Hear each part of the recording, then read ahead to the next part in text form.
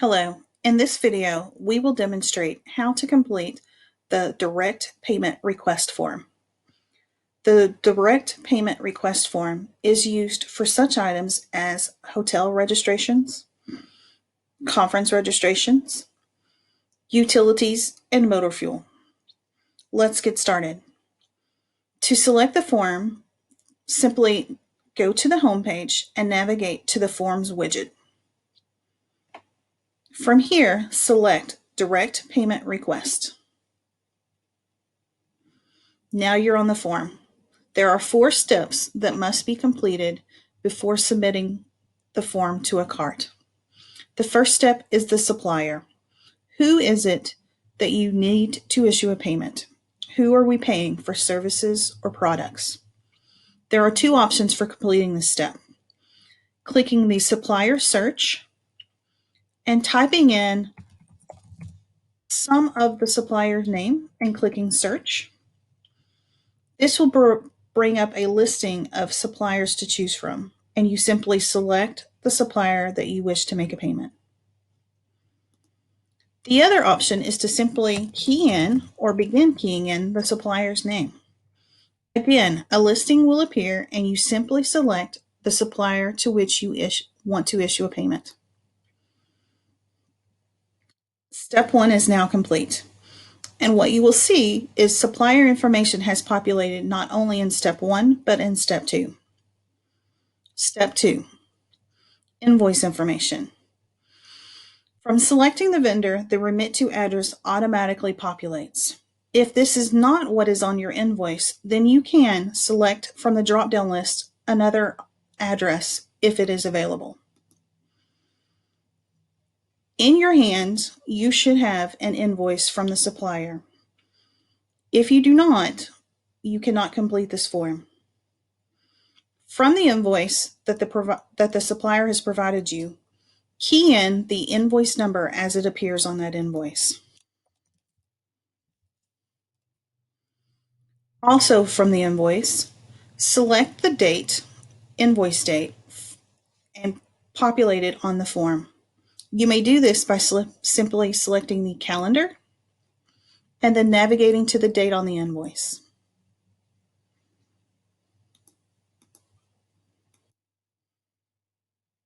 Step 2 is now complete. Step 3, line item information. This is where you will give a brief description of the items or services you are purchasing. You may have up to 5 or 6 items. If your invoice contains products and then freight or installation charges, you may list them individually.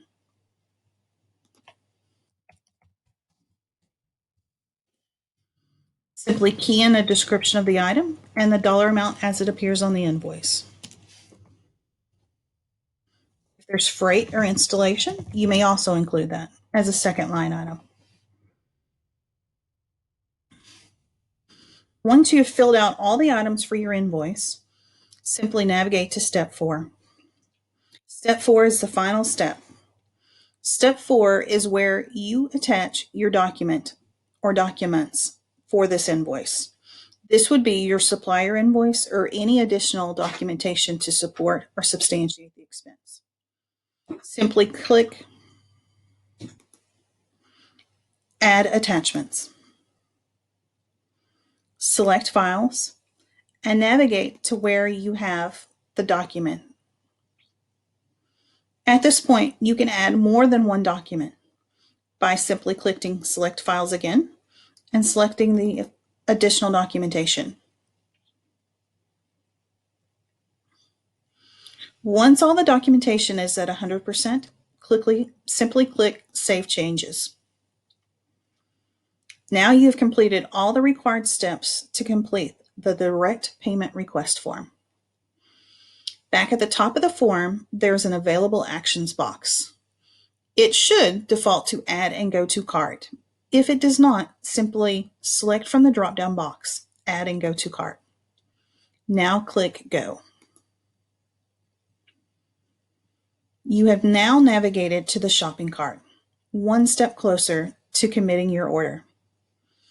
Across the top of the shopping cart are action items. These are the items that are required before you can proceed to checkout or submitting your shopping cart. Business purpose. This should be the only required item on this form. Simply navigate to your line items and complete the business purpose. You must provide this information before you can proceed to checkout. If you do not recall what the line item was, you may navigate back to the form by clicking on the little piece of paper next to the direct payment request form. This will bring your form back up and you can see the items that you entered. Simply click close and it takes you back to the shopping cart. Now enter your business purpose. This can be more elaborate information than what you keyed on the form, or it could be exactly the same, depending on what it is that you're purchasing. Once you have this information, click Save, and you have now completed the steps required to submit your shopping cart. At this point, you are ready just to click Proceed for Checkout. Now you're at the requisition stage. The requisition stage requires one piece of information. The required information is the focal information, the chart, fund, organization, and program. In order to populate this information, simply go to the accounting code section and click Edit. This will bring up the box in which you can populate the information. The first step is to provide the chart. Where is the funding coming from? Is the university paying for it, or is it being charged directly to the foundation? If it is simply being supported by the foundation, it must be charged to your university budget. That means it's Chart E. Under Chart, select from Profile Values. Click the drop-down box and select the university. Next, navigate to your organization. Click Select from All Values, and you can key in the number if you know the value that you want to. Or if you're not sure what your number is, you can click the description of your budget or org number and click Search. This will bring up a listing of the organizations for which you can choose from.